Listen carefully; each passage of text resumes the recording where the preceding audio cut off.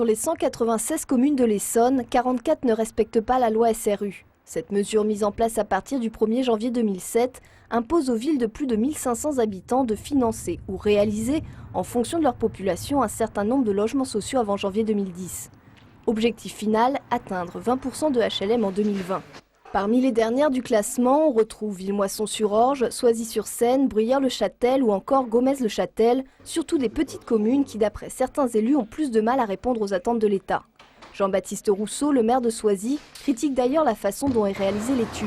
Chez lui, 100 logements avaient été construits sur la période précédente, alors que 42 seulement étaient demandés et les 58 d'avance n'ont pas été comptabilisés dans les chiffres.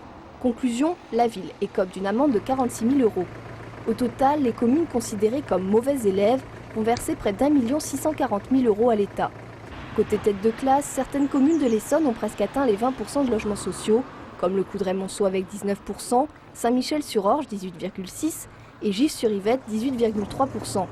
Arrivé en tête du classement avec la construction de 223 appartements, soit une progression de plus de 1239%, Michel Bournat, le maire de Gif-sur-Yvette, accorde qu'il partait de loin et que l'idée était de faire de la mixité avec des quartiers intégrés et pas de quartiers ghetto.